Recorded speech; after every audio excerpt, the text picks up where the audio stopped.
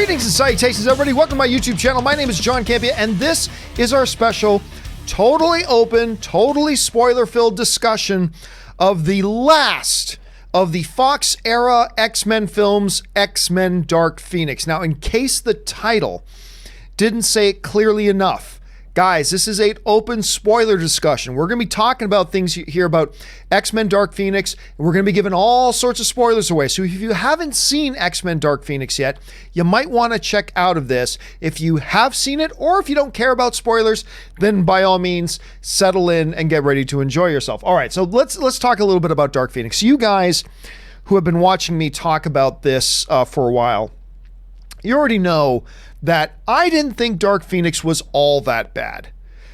Do I think Dark Phoenix was all that good? No.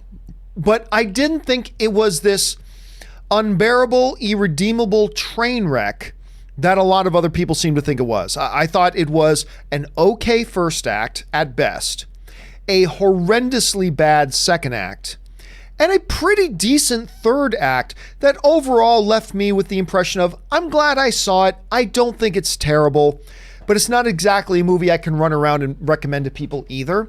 So I think it's a movie that is better than X-Men Origins Wolverine. I think it's better than X-Men Apocalypse. I think it's better than X-Men Last Stand. Not better than many others, though. I think that it completes the list of the existing X-Men films that it's better than. I don't think it's as good as X-Men First Class. It's certainly not as good as X-Men Days of Future Past. It's not as good as Logan. It's not as good as Deadpool. It's not as good as X-Men 2. It's not as good as X-Men. It's not as good as Deadpool, whatever. But not a complete train wreck. At least that's how I felt about it. Now, I've said before that I kind of feel like the worst part of this movie is the Jessica Chastain character. Not Jessica Chastain herself, but rather the character. It just felt like oh, so now there's a big alien species. Now, for the first time ever in the X-Men stuff, there's a big alien species, and we're going to spend like 5 minutes on explaining what they are, and that's it. And hey, everybody, never had it before, but big alien species.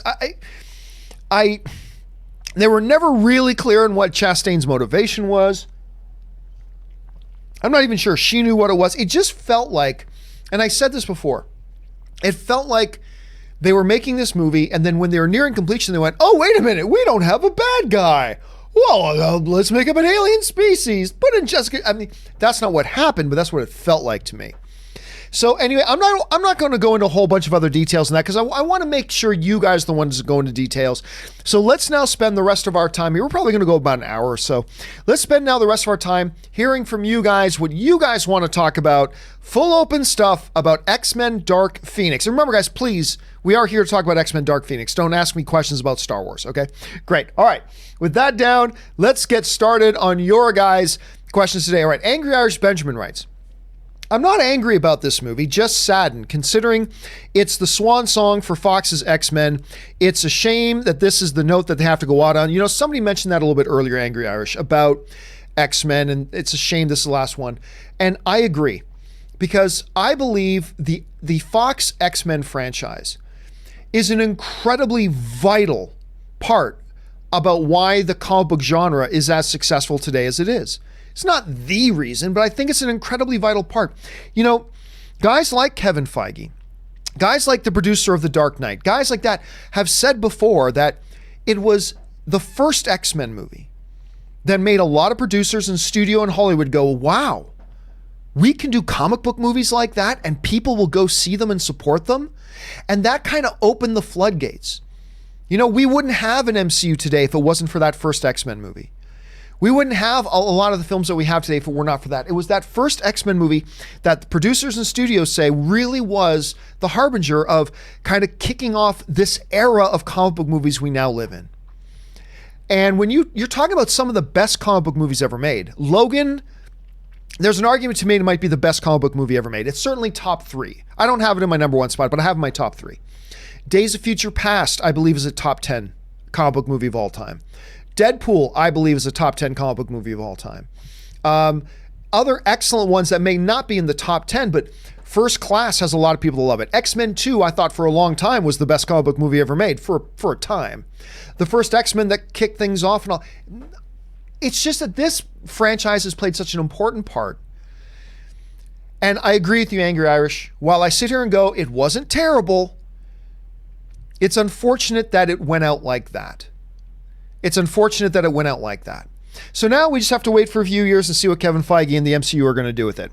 All right, Ryan Lohner writes, I got the feeling Chastain was originally just in Jean's head before the reshoots. Really? That's intriguing. There's a few bits where it seems like no one else can see her. That is an interesting point of view on that, Ryan. I'll be honest with you. I never thought about that for a second. I never got that impression. And even now when you say it, I look back on it and I don't get that impression whatsoever. But it's an interesting thought that she was just something in her head. Maybe she was the voice of the Phoenix Force in her head. And then they just completely changed her character? I don't know. I don't know that I can get on board with that theory, but it's an interesting one, Ryan. It's an interesting one. Okay. Angry Irish follows up with, Cyclops' actor was kind of wooden without being able to see his eyes or eyebrows. Sophie Turner was admirable work carrying her scenes together. Yeah. I first of all, I didn't think the kid, I think it's Sheridan who played I didn't think he was all that bad, honestly. I didn't like Sophie Turner in X-Men Apocalypse. It's not just the character. I didn't think she did a good job. I was pleasantly surprised with her in this movie. I actually thought she did okay. Even when she was working with some pretty poor material, I thought she did okay. So I was pretty happy about that, Irish. Filming in Ohio sends in a really large super chat. Thank you for that, Filming in Ohio. I appreciate that, dude. Thank you for supporting the channel on that level, my friend. All right. First X-Men movie happened before Phase 1, and the series is just now ending at the end of Phase 3. Excited to see what Disney does, but maybe we should be careful what we wish for. No guarantees Disney will do better. Oh, I completely agree. Look, I've been one of the only guys in the world, and I'm a big MCU fan, but I've been one of the only guys in the world that has said, I think they should keep the X-Men universe separate. I think they should keep it separate from the MCU for a multitude of reasons, not the least of which is it would be great, just leave the X-Men movies with Fox. Have they put out some bad ones? Yes. But they've also made some of the best ones ever. They've made some of the best comic book movies ever. But most importantly to this point and to this discussion, they've made films that are different from the Marvel films. We're going to get lots of Marvel films. Why not also get another batch of films that are in a separate universe made by different people to give? Because, look, I've said this before, Logan never would have been made at Disney. If X-Men had always been at Disney, Logan never would have been made. One of the greatest comic book movies of all time never would have been made. Deadpool never would have got made. Not this way, while it's there. Just having a different team of people, as great as Kevin Feige is, and believe me, I have full confidence in Kevin Feige that he will do a good job with X-Men. I have no doubt about that. Zero. I'm just saying, we're already getting 3 MCU movies a year. Why not have a different one that's made by a different team of people to have a different feeling sets of comic book movies that are separate from the MCU? So I'm with you, and who knows, we'll see what they do. But again, I don't think there's any reason not to have confidence in Feige and his team. I would just rather see it done differently, but that's just me. I know it's not going to happen, but I can dream, can't I? All right, Angry Irish follows up again and writes, the scene where Jessica Chastain takes the Phoenix Force from Turner reminded me of a lover's embrace, kind of, sorta. Hands on face, hugging, etc. I don't disagree with you on that. It was an odd scene because the Phoenix Force, there's a little bit of inconsistency there. The Phoenix Force, they say in the movie, is its own conscious being. And she made the argument that, Jessica Chastain's character made the argument that it chose Jean. It was drawn to Jean and it chose her. But then in that scene you're talking about, they treat it like it's a sexually transmitted disease. Ooh, if we touch body parts, I'll take some of it. Well, what happened to the whole thing that actually the Phoenix Force is its own self-aware, self-deciding entity? What happened to that? Now we're treating it like it's just a jug of water. That, if you pour your jug into me, I'll get some of it too. And that felt a little bit inconsistent, But you're right. There was a little bit of a kind of sort of lover's embrace there in some way. All right. Patrick Conway writes, pros. McAvoy and Fassbender, decent performance from Sophie Turner. Visuals, I actually thought the visuals were quite good. I agree with you about that, Patrick. Nightcrawler, I did like Nightcrawler, and this was awesome. Holt was okay. Nicholas Holt, I thought he was good.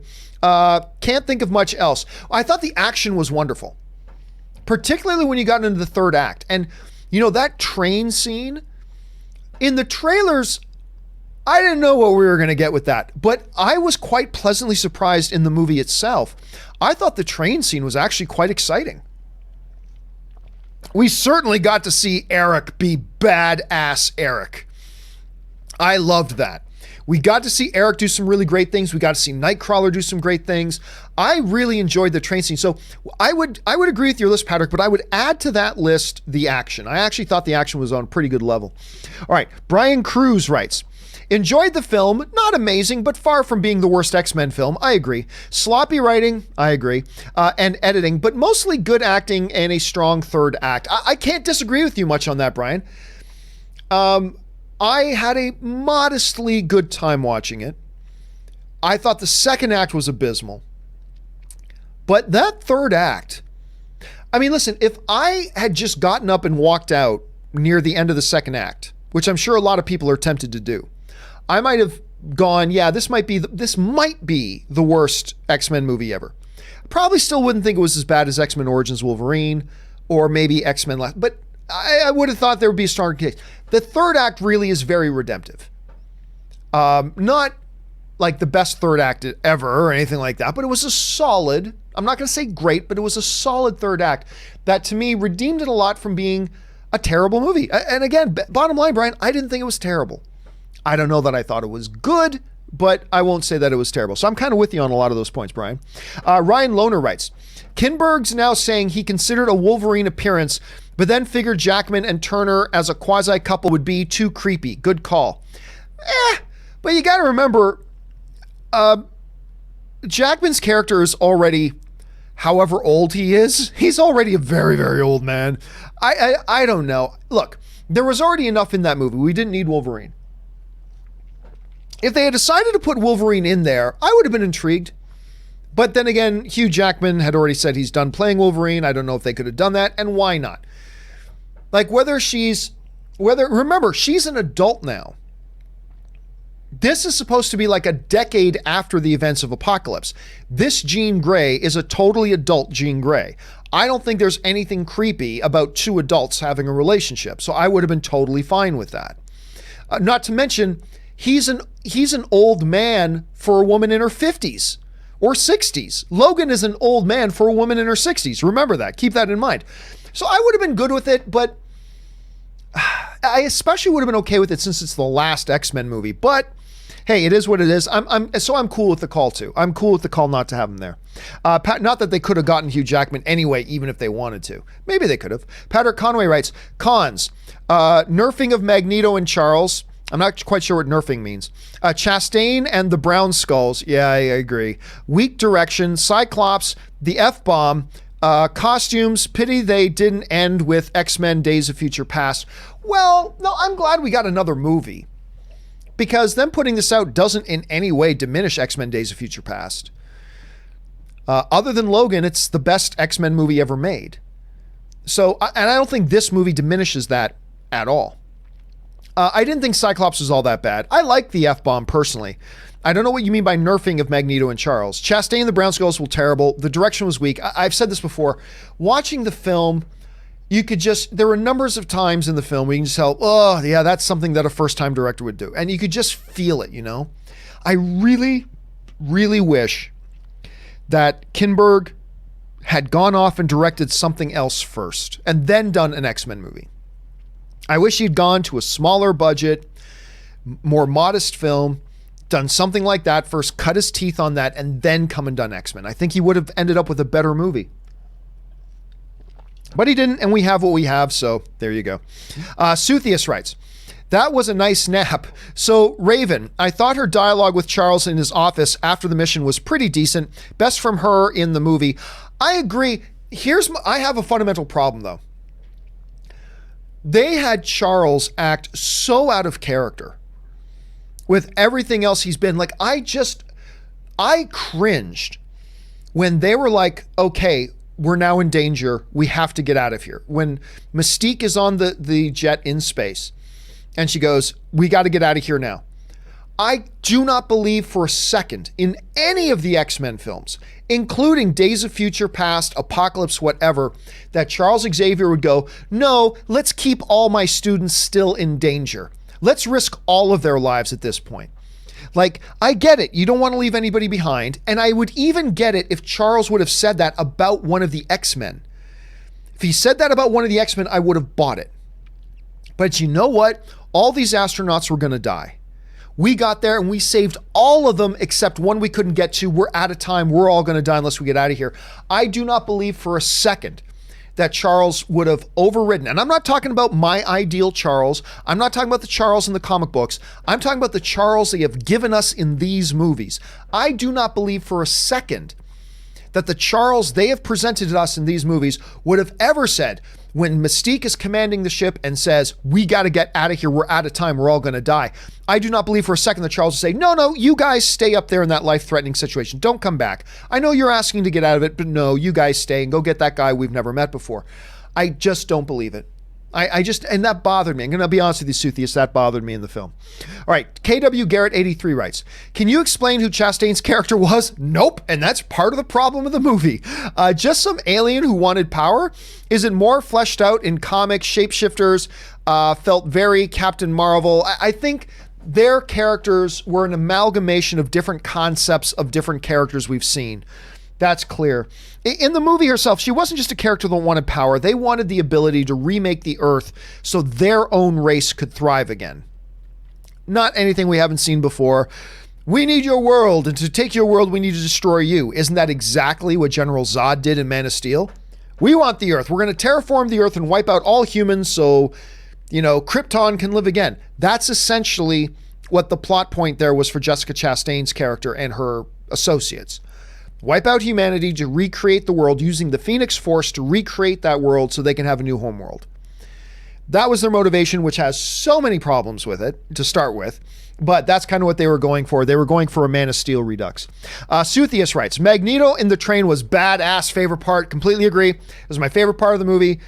Eric being Eric, everybody knows Magneto's my all-time favorite character. Suthius follows up with Quicksilver was quickly out. Such a shame. Yeah, I mean, I like the scene where, Jean takes him out, but I was a little bit bummed that then they had him, maybe they felt they could only do one Quicksilver scene a movie. One big Quicksilver scene a movie. So they had him do his on the shuttle, saving everybody. By the way, I did like that line. I did all the work. That was a great line from Quicksilver. I like that line. Anyway, so he had his scene there, then he rushed Jean, she wiped him out, and then he ends up on a stretcher for the rest of the movie. Okay. I was fine with that. It is a little bit of a shame, but I was actually okay with it. Patrick Conway writes, it did make me want a Scarlet Witch go bad movie. That would be intriguing, especially with how powerful they're saying Scarlet Witch is now. She's certainly top 5 most powerful amongst X-Men characters. That's clear. Maybe higher. But it would be intriguing to see a her goes bad sort of movie. You're right. Suthius writes, I thought that Storm manipulates the weather on Earth, not be a Sub-Zero with the glass of ice cubes and icing up the shuttle window.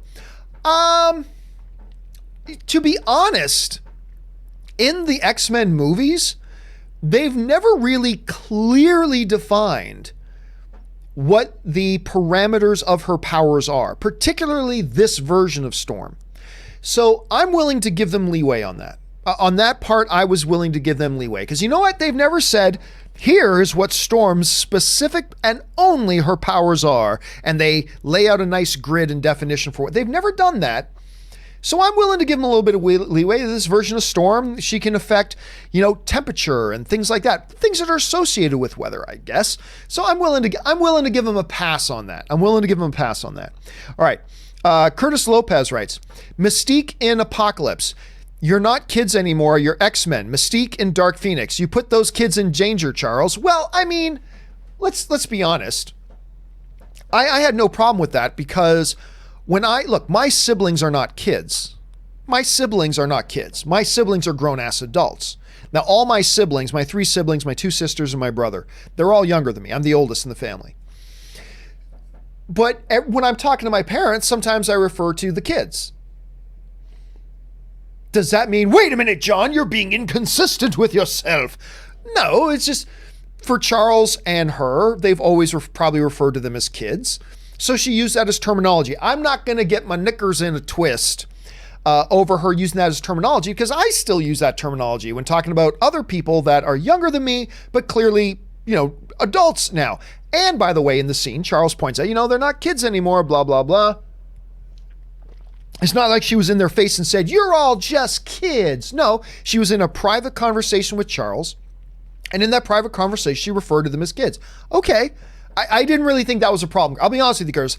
Of all the problems I had in this movie, that was actually not one of them to me, because it's just a thing of semantics. I'm not worried about it. Curtis Lopez writes, the ex-women line was hella cringy. Completely agree. Completely agree. It was absolutely cringy. Didn't need to be there. Look, when it comes to X-Men, we all understand men in X-Men is meant as a gender-neutral term. We all know this. We all get this. Jean Grey, even in the comics, is one of the founding X-Men. So, and the X-Men are half made up of women. To me, that's why, at least to me, and I've heard many other people express this, when I hear X-Men, to me, is a gender-neutral term.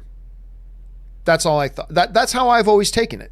Men is a gender-specific term. X-Men, to me, is a gender-neutral term. But that's just how I've interpreted it. So I agree. I thought that line was a little bit cringy. It didn't bother me, but it was a little bit cringy. I agree with you. KW Garrett 83 writes, hooray, J-Law actually showed up for this film. Did they explain what was the weird cloud that invaded Jean? All I know is it destroyed Chastain's planet. That's about it. They never referred to it as the Phoenix Force. They just referred to it very nebulously. Very nebulously. Like, how does Jessica Chastain know that she can absorb the power of that thing and then control it? I mean, I don't know. There was a lot of boxes they left unchecked, KW. A lot of boxes they left unchecked. So you're not the only one to notice that and wonder about that, my friend. All right, Curtis Lopez writes, what do you think the X stands for in X-Men? Fool, you called them X-Men in Apocalypse. I reached my limit with Mystique. I don't care that she died. I mean, look, I have had my fill with Mystique after X-Men First Class. I'll be straight up with you. And obviously Jennifer Lawrence did too. She stopped caring about the character, and then she was in a number of films where clearly she was just sleepwalking through it. She didn't even want to be there. But there are, I'm with you on that a little bit. That one, I don't have a good retort for you, Curtis, to be honest. All right. Curtis Lopez follows up with, and why did Magneto seriously bring some dude who can extend his dreads to fight Jean at the height of her power, LOL? Well, for a couple of reasons. One, he probably knew Jean wasn't going to be the only person he comes across. He knows Charles. He knows Charles will probably try to protect her. Bringing along backup is a good idea. Two, Magneto had no concept of what the extent of Jean's power was. All he knows was he had a little bit of a tug of war with Jean over the military helicopter. And he actually won. But he had a little bit of a tug of war with Jean. So he knows she's strong. So wouldn't you bring backup too? It's not like he was bringing the Dreadlock guy. By the way, I don't even know who the character was. It's not like he was bringing along the Dreadlock guy to go and take on Jean one-on-one. He was just probably thinking, I need support. I need backup. Even if they're not as strong as me, I need some backup. So that part I had no problem with. I had no problem with that at all. And he probably also wanted to be prepared in case Charles showed up, which of course he did. Predictably so. Let's see. And then Curtis wraps up with, the movie was okay though. The train sequence involving Magneto, Nightcrawler, and Beast were great too. Oh yeah, I agree. That to me, that's the scene that saved the movie. It didn't make the movie a good movie. It didn't make the movie a great movie, but that whole sequence to me is what saved it for me from being a terrible experience at the movies to a pretty all right It's all right. I'm not going to say it's good. I'm not going to say it's great. But it could have been horrendous. To me, that scene, that entire long sequence, to me, salvaged the movie for me. I agree with you on that. Suthius writes, so Jean can breathe in space, but Kurt can't. I got nothing. I got nothing. Unless they were saying Jean created like a telekinetic airtight bubble around herself that she could breathe the air she had. I guess I buy that. You're right. You're right. That one didn't make a lot of sense to me, my friend. That did not make a lot of sense to me. You're right. A fan of Peanuts writes, I loved at Genosha when Magneto and Jean were wrestling over that helicopter. She was trying to destroy the soldiers. He was trying to launch them away. That was a good moment. Probably the best moment and one of the only good moments of Act 2 was that little tug of war, if you will. I thought that one was pretty good. Actually, and I really did like how he kept pressing her. Jean, whose blood is that? I don't think he ever would have imagined it was actually Raven's. I don't think he thought for a second it was Raven's. But you're right. I think that was probably the one decent thing maybe about Act 2, because Act 2 was pretty rough. All right. Patrick Conway writes, the score was great, but too different from past scores. I'll be honest with you, I didn't even really notice the score that much. It's an interesting observation, Patrick. I'll have to watch it again and see what I think. Let's see. Cass Graphics writes, go Raptors, bring the filthy. I'll allow it. Supposed to only be putting in messages about Dark Phoenix, Cass, but I'll allow that one. Go Raptors. I still think Golden State wins the next game. I still think this goes to Game 7 and Toronto wins in Game 7, but I'll take them closing this thing out on Monday night. I would love it, and I'll take it. Royale writes, first impression was not bad. Just not good, just okay. That's me at best, Roy. At best, that's what I'll say. Just okay. I'm not even saying it's okay, but I'll at least say I don't think it's terrible, so I'm with you on that. Aaron Kin writes, I'm really going to miss Fassbender's interpretation of Magneto. Can't lie, I liked him more than Wolverine. I loved his incarnation of Magneto. I'm not thrilled with how they used him after Days of Future Past. I wasn't thrilled with what they used him for in Apocalypse, although that scene with his wife being killed and all that kind of stuff, that was an awesome moment. But yeah, I will miss him. When we got into that train scene, it reminded me again about why I love Fassbender in that role. I'm with you, Aaron. All right, Garrett Couch writes, good movie, two things. Magneto looks great for someone from World War II. Continuity, schmontinuity, everybody. Yep. 2, no one sees a big flaming bird in the sky. Still good movie, dude. Not only that, let me ask you this.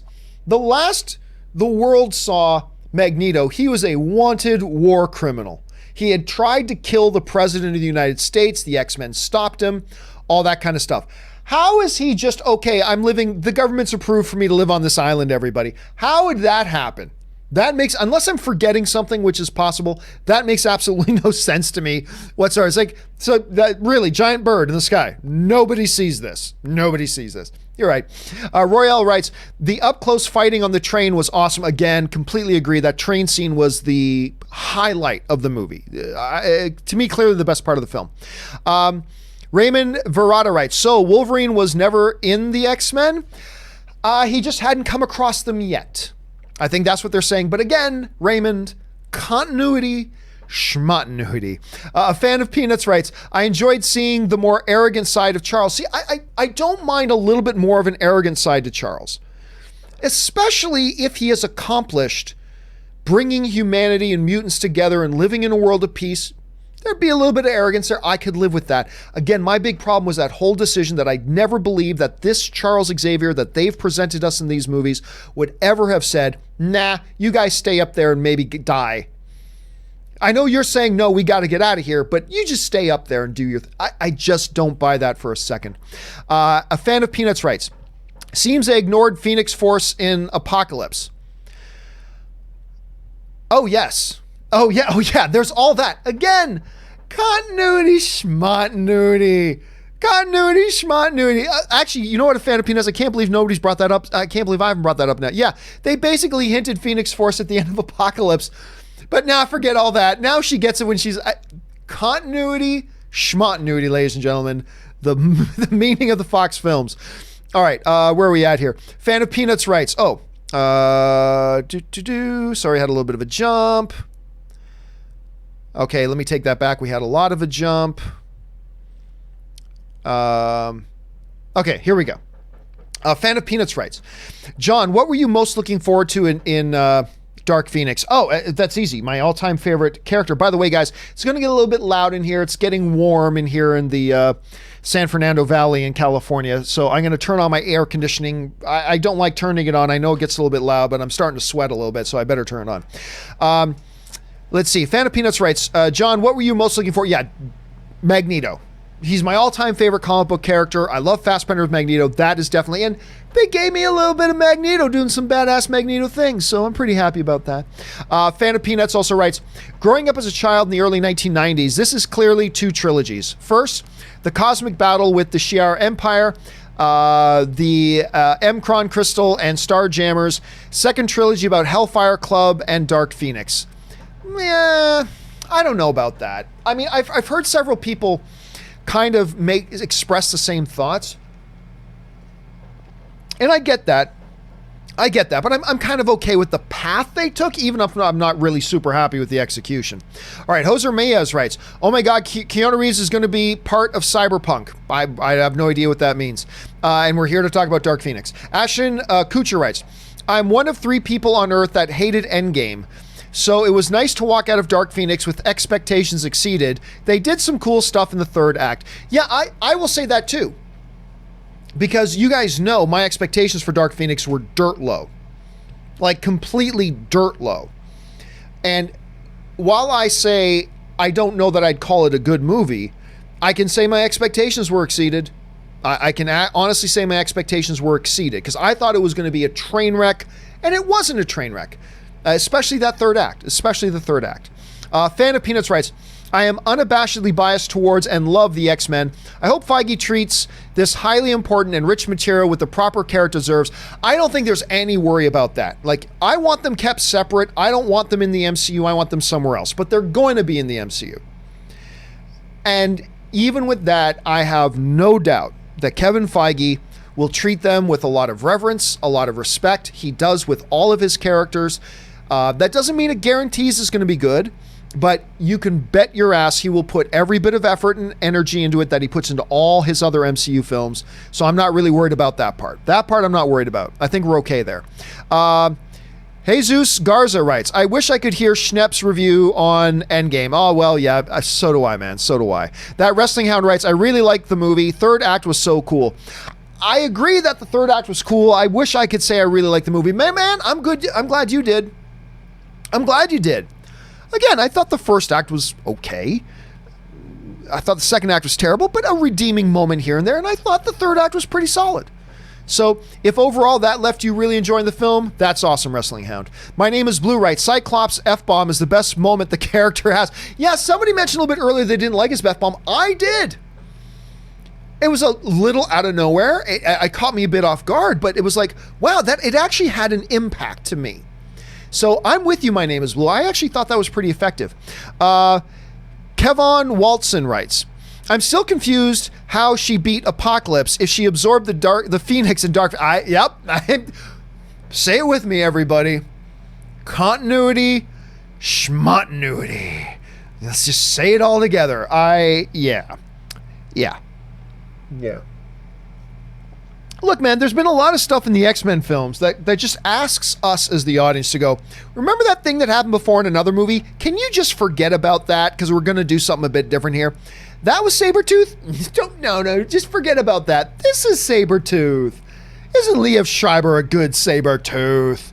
You know, they have asked us many times over the years to kind of turn a blind eye and just not look at certain things and not worry about certain things. And that is certainly one of them. Jesus Garza writes, I miss John Schnepp's reviews on all movies. Me too, man. Me too. But again, we're here to talk about Dark Phoenix, and we're coming up on the 1-year anniversary of him passing. Comic-Con will be commemorating the 1-year anniversary of the passing of Schnepp, and do miss his stuff, man. The Wrestling Hound writes, when Cyclops dropped that F-bomb, I almost died of laughter. Jean pulled a Thanos at the end, turning others to dust. Jean Gray's school. Poor Harles. You probably meant poor Charles. Yeah, that was odd to me. That was odd to me. Why did you change the name from the Charles Xavier School of the Gifted? Again, continuity, schmontinuity. Change it to Jean Grey, who, while she did something heroic at the end, also murdered Mystique, hospitalized Quicksilver. It wasn't really her fault. She's a good kid, but why'd they name the school after her? I wasn't so good on that. But I gotta tell you, man, I like the F-bomb that was dropped. I did. It worked for me. It had an impact.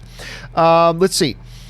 Super Nicholas 1 writes, thought we would have seen more Cyclops and Jean Grey scenes, given that Simon Kinberg said that their romance would be central to the story. Well, there's different ways a filmmaker can mean when they say central.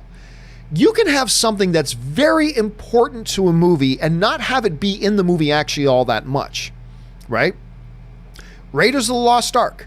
How much of the movie is the Ark actually in? Not much, but it is the central driving thing about it. I think you can make an argument, good or bad. I think you can make an argument that the relationship between Jean and Cyclops was important to the movie. I think you can make that argument.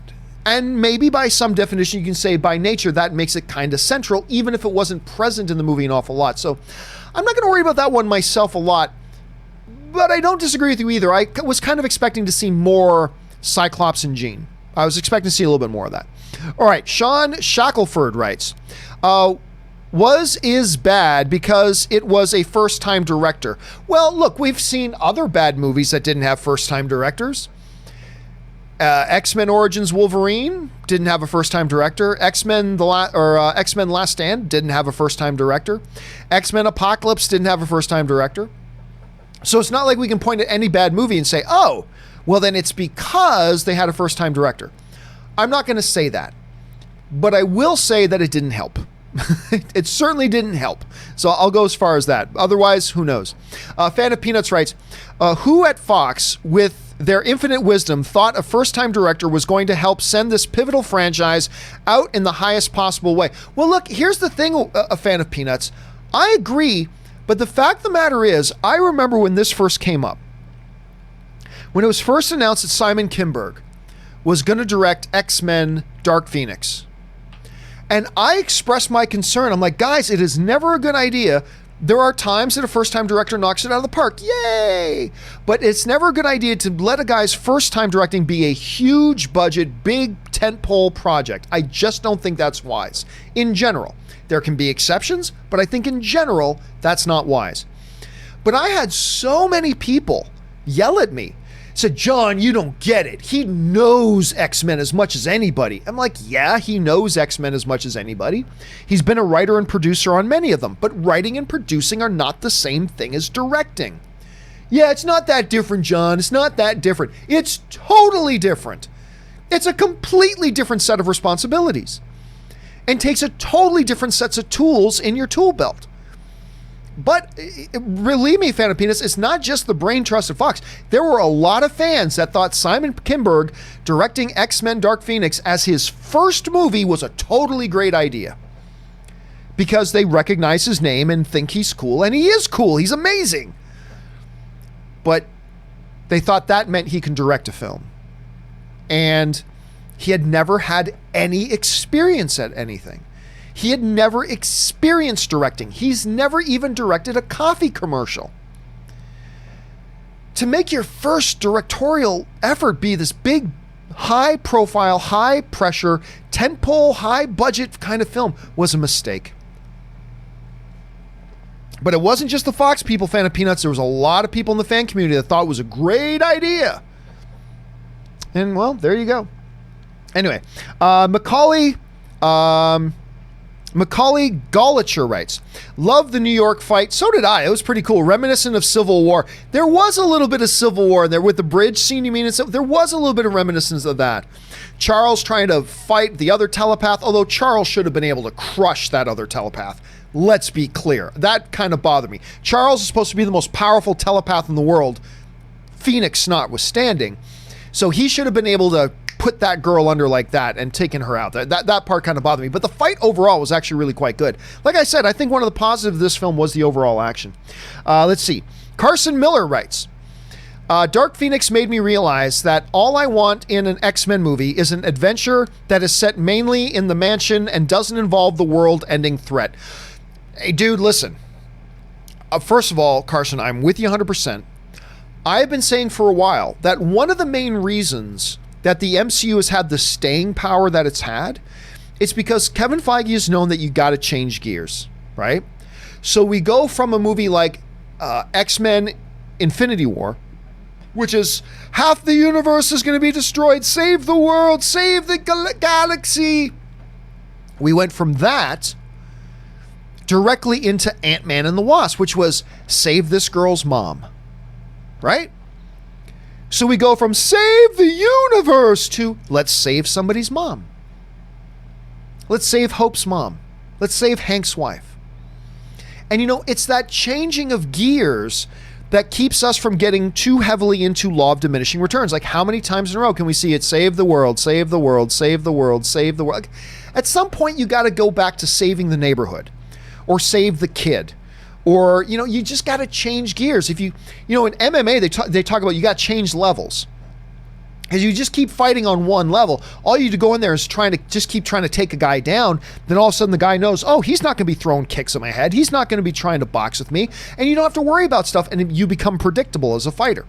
So that's why Joe Rogan and a lot of MMA guys will talk about changing levels when you're a fighter. And that's what the MCU has done, and it'd be hopefully when the X-Men come in too, we start seeing those levels change as well. Paul Stanley just sends in a super chat. Thank you, Paul. Andrew writes, love this film. Favorite one after Logan and First Class. Really? You like this movie better than Days of Future Past and X-Men 2? Dude, that's the beauty of the subjectivity of film, and if you liked it that much, good on you, man. All right, Doug Cowell writes, Magneto on the train was the only good thing, and even that was ruined by them having Chastain walk up and regenerate in the hail of bullets. Just like Wolverine in X3, Kinberg is the worst. Well, remember, at that point, the Jessica Chastain character was in possession of at least a part of the Phoenix Force. Her being able to outdo Magneto made logical sense. So that was fine. That worked fine for me. I had no problem with that. Understanding where we were at that point in time with these characters. That to me made logical sense. Now remember, I don't think this is necessarily a good movie, so keep that in mind. But yeah, I didn't have a big issue with that. I thought the stuff they did with Magneto up until that point was great. I never want to see Magneto lose in any kind of a fight, but, you know, he was up against somebody, an alien in possession of the Phoenix Force. All right, he gets toppled by that. I was okay with that. But there was a lot to not like about this movie at the same time, Doug. And no, I do not believe Kinberg is the worst. I think this is a guy who just directed his first film, and his first film was a big, giant, high budget, high pressure, high expectation, franchise, tentpole film. And he dropped the ball in a number of places. I think he did some things right. I think he did a bunch of things wrong. So I think it's a little harsh and unfair to say after one effort to say Kinberg's the worst. I disagree with that. Because this guy has produced and written some fabulous comic book movies. He's dropped the ball sometimes, yeah. But I think that might be a little bit harsh. Doug. But I agree. There was a bunch of problems in this movie. Of that, I'm not going to dispute. All right.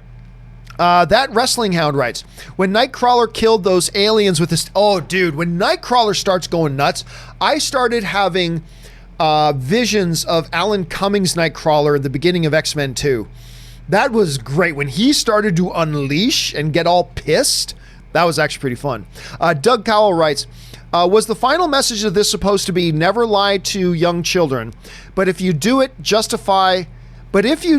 it justifies them going on a killing spree later on in life. I think, here's one of my problems, Doug.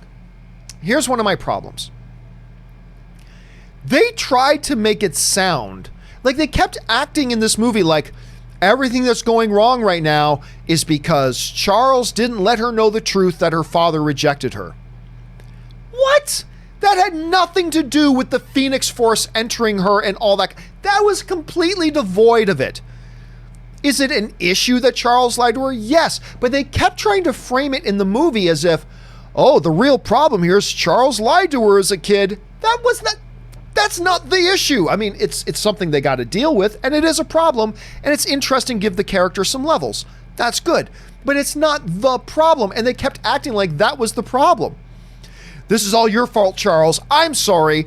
I wasn't floating in space, grabbed the Phoenix Force, and threw it into Jean. That's now making her a rage monster. I'm not the one that did that, all right? And that part, I'm with you, Doug. That part kind of bothered me. That part kind of bothered me a bit. Anyway, a fan of Peanuts writes, if you could change one thing, what would it be? Well, I would go, there are many things I would change, but if I could only change one, it would be that big, fundamental, philosophical character problem I talked about already. Charles wouldn't have ordered his X-Men that he's practically raised since they were children to stay in a life-threatening situation when they're all saying, we got to get out of here right now. No, stay there. That wouldn't have happened. That's the part that offended me the most, and that's the one thing I would have changed. There's many other things I would have changed, but that's the one thing that stands out the most. Follows up with, Magneto never found out Quicksilver was his son.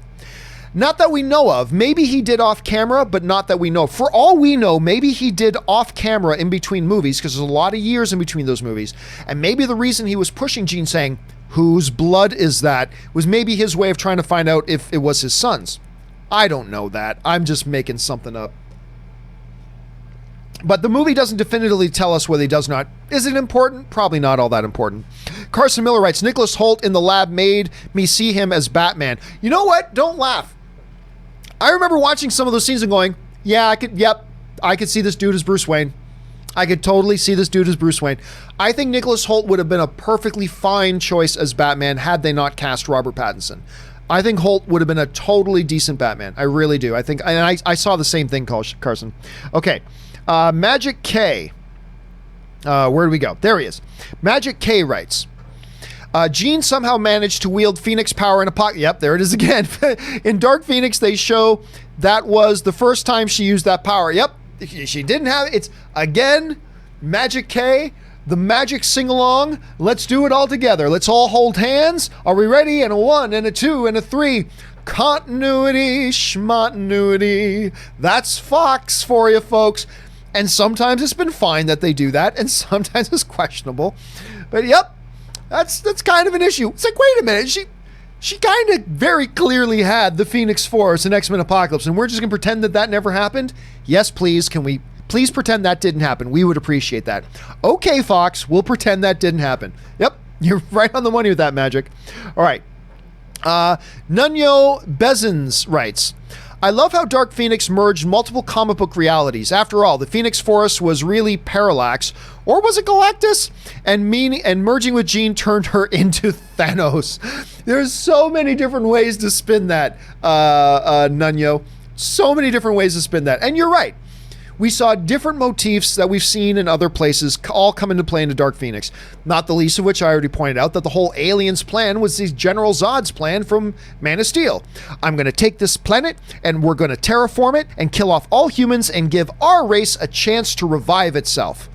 Did I just describe Man of Steel or X-Men Dark Phoenix? The answer is both. It was the exact same, and you're right, Nuno, we did see different motifs from different other comic movies kind of all come into play at once. So it's a good observation. It's not an unfair statement, Nuno. It's not an unfair statement for you to make. All right. Paul Najaro writes, I'm sure KF,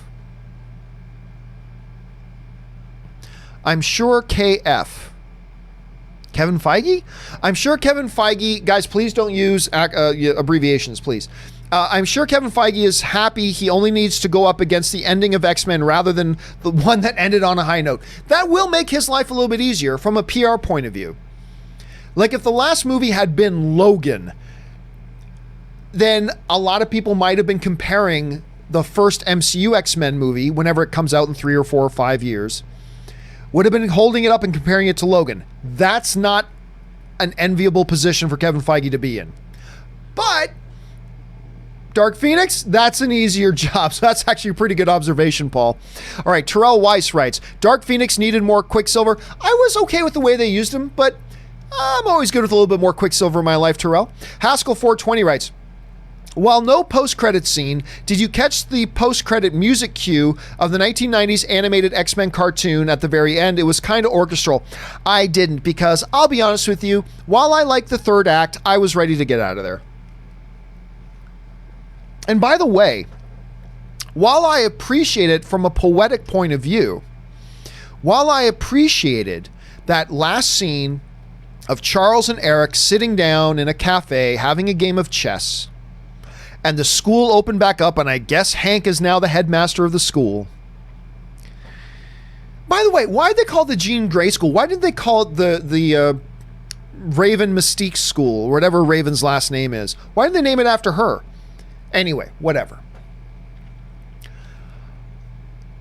It didn't sit well with me because I'm like, well, wait a minute, time out.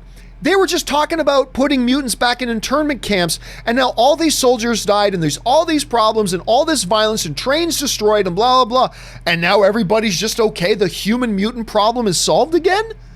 It just felt weird. Anyway, so when the movie ended, I immediately, as soon as the credits started to roll, I gotta admit, I just got up and left. I had heard there was no post-credit scene, so if there had been a post-credit scene, I would have stuck around, but I had already heard there wasn't one, so I was good to get up and go. Jonas Dora Saint writes, just sends in a super chat. Thank you so much, Jonas. I appreciate that, man. All right, a fan of Peanuts writes, mutants don't age the same as humans. This is a callback to First Class. Beast tells Raven her cells regenerate at half the normal rate as humans. At 40 years, you will resemble a woman about 20. Here's the thing. I've had this argument with people before. That was never stated as a generic mutant ability. There are no generic mutant traits that every mutant shares. Every mutant's mutation is unique and different. Raven's, Mystique's, was that she can transform her cells into look like something else. As a result, her cells function a little bit differently than everybody else, including other mutants. They never, ever, ever said that a regular trait amongst all mutants is that we all age slower. That was never said in the movies. Never, ever, ever. Nowhere in the movies or comic books or anywhere is any single trait about mutants run through all mutants. Never. Ever, ever, ever. So, no, they did not say in that movie that mutants don't age the same. He was specifically talking about this one mutant who has this mutation that gives her powers on a cellular level to change her appearance, and that had other repercussions as well. He was not talking about mutants as a whole. It's important to keep that distinction. All right. Where are we at here? How far down do we have to go? Okay, here we go. Hypra writes, LOL'd when Scott said, you had an accident. Oh, like, are you talking about the scene at the party when, I don't know. I didn't see anything wrong with that scene, Hypra. I gotta admit, I didn't think that was unusual. Okay, ZOMG Ruler writes, R.I.P. and Gene again? This film flipped off Days of Future Past. I don't know that it flipped off Days of Future Past. I didn't see anything about that. Look, throughout all X-Men films, there's been a level of continuity, schmontinuity, right, ZMG Ruler? I mean, of that we can all agree. And she didn't die in this movie. She kind of merged, became the Phoenix Force, and left, which is the only way, because at that point, there's no way she could stay on Earth. The Force, the military wanted her, the police wanted her, the government wanted her. So she ended up in space as the Phoenix, or whatever. I didn't see this movie as flipping off Days of Future Past. Let's see. Captain Caleb 100 writes, I actually like the character development in Act 2. I also think X-Men could benefit as a Disney Plus show with a movie now and then for major stuff. Well, let's put it this way. Whenever there's a movie or things about movies that I don't like, I am all for people who do see things in it to appreciate. And if you saw some good character development in Act 2, awesome. I celebrate that. That's great. I don't want a Disney Plus show about X-Men. I want film franchises of X-Men. That's what I want. But who knows? Maybe they'll do it as a Disney Plus franchise and it'll turn out to be awesome. I guess we'll have to wait and see. But what I don't think they should do is jump the story back and forth between Disney Plus and the movies. I think either tell your X-Men story in Disney Plus or tell it in the movies. That's how I kind of feel it anyway. Who knows? Maybe I'm wrong about that. We'll find out We'll find out, Captain, but I'm glad you did enjoy that Act 2 because I didn't, but I'm glad you got enjoyment out of it, my friend. All right, Paul Stanley just sends in a super chat. Thank you, Paul. Anthony R. writes, I found Zimmer to be a lazy composer sometimes. However, I really like this score as it was the first time I paid attention to him in a long time. I gotta tell you, man, I'm a big Zimmer fan myself, but does he get a little repetitive sometimes? I think most composers can. I think maybe even a John Williams will once in a while. But again, Anthony, I didn't really pay a lot of attention to the score in this movie, got to admit. And that's actually a good thing when a score can just kind of melt into the background and you don't even really notice it and it's just a part of the atmosphere. That can be a pretty good thing. But I got to admit, I didn't pay much attention to it. Anyway, Suthius writes, do you think Fox stuck with this quote-unquote timeline for too long? 20 years of this X-Men universe, correct? Seems that they were running out of ideas, maybe. I don't think the problem is that they stuck with the timeline for too long. A timeline which they were very liberal with, by the way, continuity, schmontinuity, right? I don't think so. I don't think there were many other ideas they could have gone with. Many, many, many, many other ideas they could have gone with and written them in such a way to fit the current universe they're in. So no, I honestly, Suthius, I don't think that was the problem. There are problems. I don't think that was the problem, though. Doug Cowell writes, Act 3 was saved by the aliens all forgetting they had power to collapse people's chests. Well, to be fair, this is not a bad observation. To be fair, all we knew was that Jessica Chastain's character had that power, right? I don't think they ever showed anybody else of their alien race having that power. Maybe that's just a certain power level, and her being their leader, she's the most powerful of them, and as a result, she had the ability to do that, and maybe the others didn't? Maybe? Maybe we're stretching here a little bit? Possibly? It's not a bad observation, Doug. All right, Paul Stanley writes, where are we at? I laughed when I saw the MCU patches on the soldiers who, yeah, I did too. When I saw the MCU patches on the soldiers who captured the X-Men and dragged them off by the throat, Kevin Feige should have done a cameo laughing all the way to the Magic Kingdom. For those of you who did not notice it, yeah, when those soldiers show up, obviously MCU is like mutant, it's supposed to be Mutant Control Unit, right? MCU, Mutant Control Unit.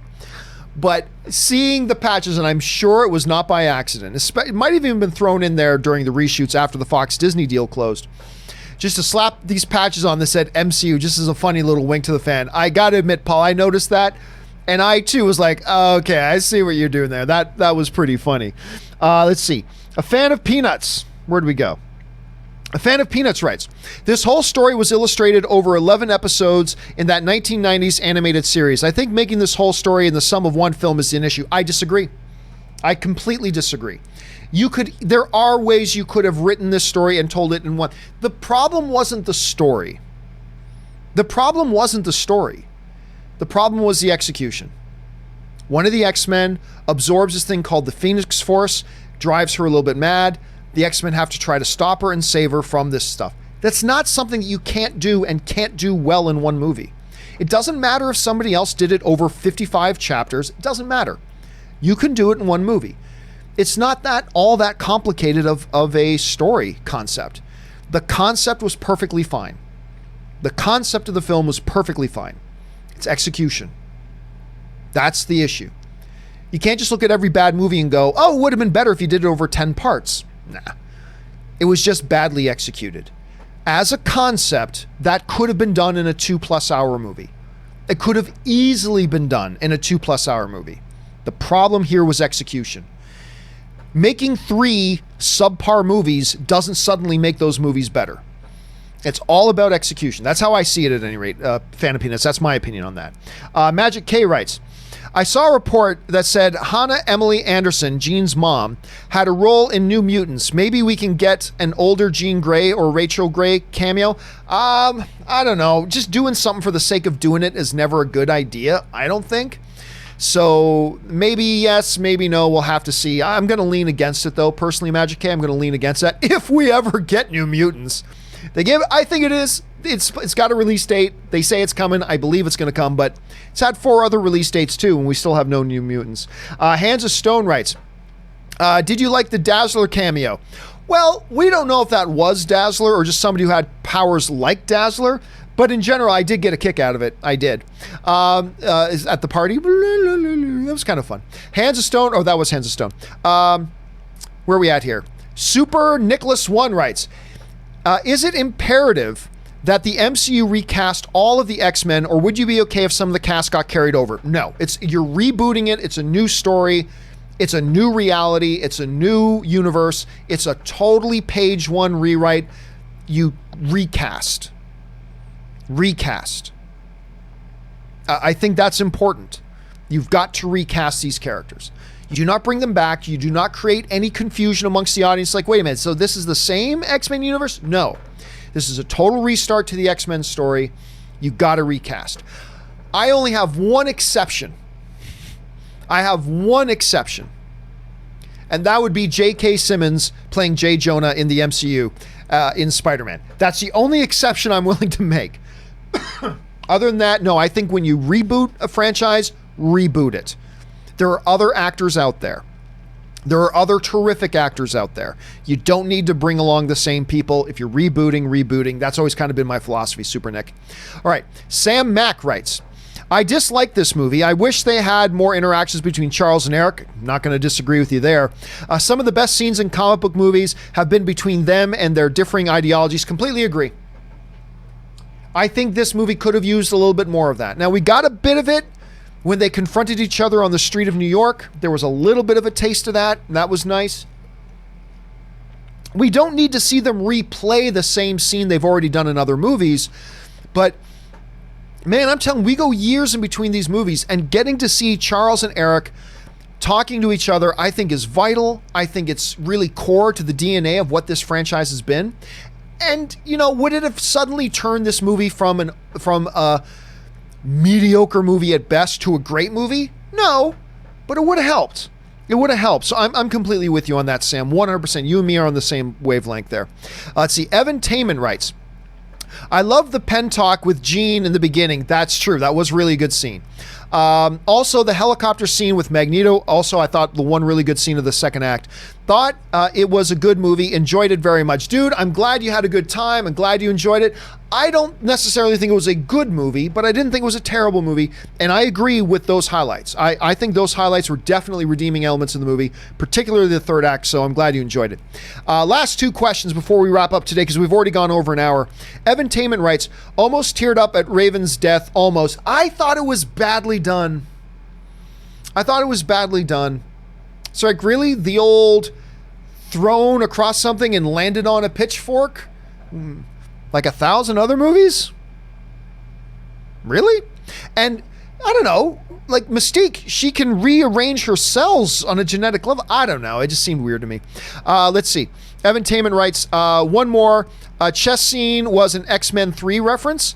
Oh, well, I think the chess scene goes back to a lot of different things. I mean, they always seem to be sitting down to play chess. They sat down to play chess in X-Men Days of Future Past. They played chess in X-Men First Class. They played chess. So I think it was just a thing that they do. All right, film fan Esco threw in these last two, so we'll do these last two. What do you think about the score? Again, I didn't really pay a lot of attention to the score, so I don't know. Next time I watch it, and I will watch it again at some point, I'll pay a little bit more closer attention to it. And and again, what do you think about the score? Same answer. All right, guys, that will do it for this X-Men Days of Future Past open spoiler discussion. Thank you for being here with me as we talked about X-Men Days of Future Past. You know, I think this is going to be a movie that's going to be debated about for a little while, even though not a lot of people saw it. I mean, it opened to $33 million. Not good. But I still think this is going to be a movie that's debated for a while. The critics really didn't like it all that much. I didn't like it all that much, but again, I didn't think it was terrible. There's clearly some of you that liked it a lot more than I did. Clearly some of you that disliked it a lot more than I did. It's an interesting movie with pros and cons, with things that it did well, with things it didn't do well. Again, to me, I think the biggest thing is they put a director in the director's chair who had never directed anything before. And I think that's just too much to ask for somebody for their first ever movie. On a movie that's a huge budget, huge expectations, huge pressure, huge franchise. It's just not a good idea. Doesn't mean it can't work, it's a bad idea, and I think we saw that play out. Anyway, guys, thank you so much for contributing to the discussions here today, not just because you gave us great things to talk about, but also because you supported the channel along the way as you did it, and I thank you very much for that. Anyway, guys, don't forget, the John Campea Show returns tomorrow with me, Robert. Fact checker Jonathan's actually going to be in here tomorrow. We're already working on a number of stories for tomorrow's show. Can't wait to do it, and can't wait to have you guys back here. Thanks again, guys. My name is John Campea, and until our next show, bye-bye.